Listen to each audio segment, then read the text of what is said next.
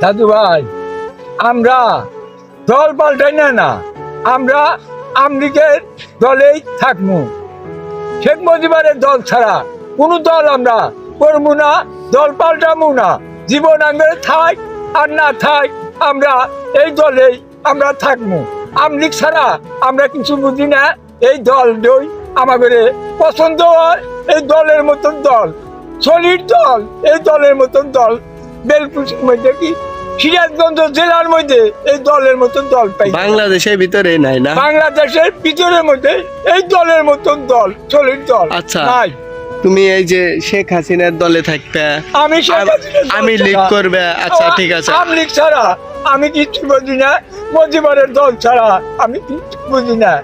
তার মেয়ে যদি দল করে তাও আমরা থাকবো এই আমলিগ। আমরা দল পাল্টাবো না। জীবন যাই আর থাক নয়, যা মনে নয় তাই, তাতে আমরা দল পাল্টাবো। তোমার জীবনের চাই কি দলের মূল্য বেশি? দলের মূল্য বেশি। আমার জীবনের কি, আজকেও আমি মরতে পারি, আমি আজকেও মরতে পারি, আমি নাও দেখতে পারি। তাও আমার কাছে আশাবাদ্য জানি আমলিগ আমি একবার দেখা যাইতে পারি। আমার এইটাই আমার আশা, আমি এইটাই চাই। আমি আল্লাহর কাছে আমি এইটাই কামনা করি যে আমি জানি আমলিগ জানি আবার ফের দেখা যাইতে পারি। আমার এইটাই আশাবাদ্য। তাহলে তোমার আমি লিখি দরকার, আমার আমলিগই দরকার, আমি লিখ ছাড়া অন্য কিছু চেনো না। না।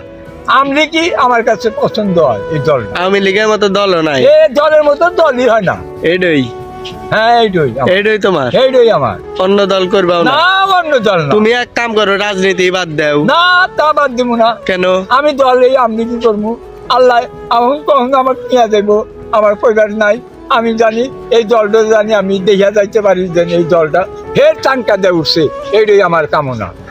আর আসবো না এ দল, ফের আসবো দল। ফের আসবো। হ্যাঁ, আল্লাহ বড়